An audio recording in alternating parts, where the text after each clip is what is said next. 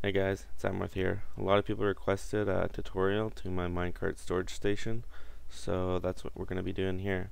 If you haven't seen the original and don't know what this is about, I suggest watching that before watching this.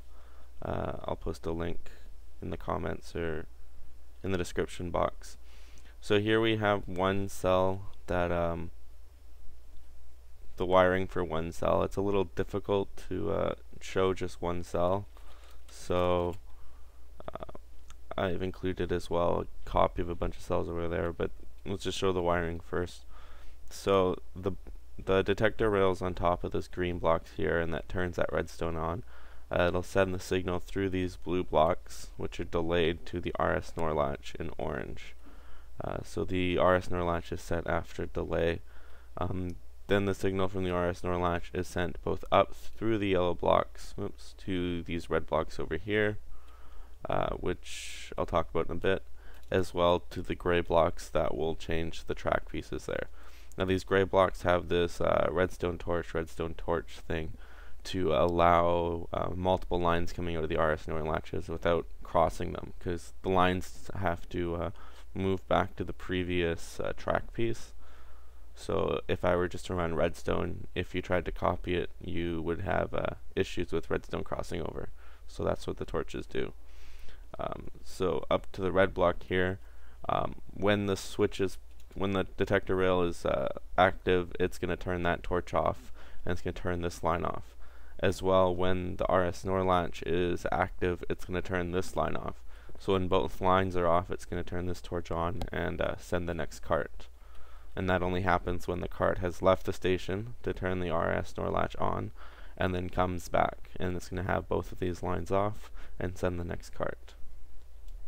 Down at the bottom here we have our reset line in white. It has to be on by default to keep these torches off, but once you take the torch away, it's going to bring the torch on and reset the RS NOR latches. The black line here disables the system from sending more carts, because it keeps this torch off even if the RS NOR latches have switched, which keeps the lines on and doesn't allow the AND gate to activate. So that's the basic schematic of one cell, and over here I have 5 included.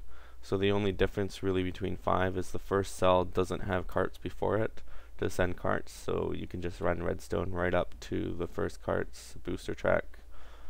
In the actual minecart station, I had the disabled line ended with the button to make sure that the system was both on to send the first cart and the button was pressed. So in the demo I haven't done that. It's just a simple button to send the first cart. But if you want to wire up your system, you might want to do that so it doesn't send a cart with you if the system is disabled. And then the white line right here is the reset line. So everything hasn't been reset yet, so I'm going to hit the reset line, and that's going to reset all the RS NOR latches and track pieces, and then we can send the first cart. So right now it's just looping around to give you a quick demo. So as the cart enters the station again, it'll hit the same button before, and the AND gate will have both lines off and send the next cart.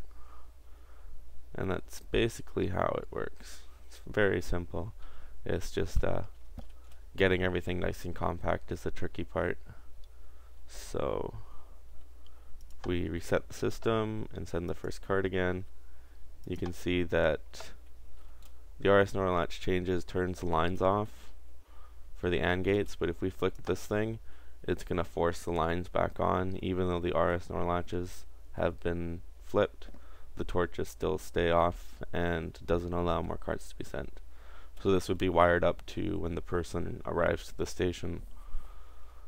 It would disable the carts so that you wouldn't keep sending carts down after the players arrive back up at the top. The way I had it wired in my station over there was that the activate button would both trigger an RS NOR latch to disable the system, or enable the system. It would turn off the RS NOR latch, as well as hitting the reset button, and the disable button would set the RS NOR latch to disable the system. So that's pretty much it. Thank you for watching my video, and hopefully that gives you guys some insight on how this thing was put together. Oh yeah, so quickly, once you see that all these lines here, you need the torches to have them crisscross like that. So yeah, that's pretty much it. Thanks for watching.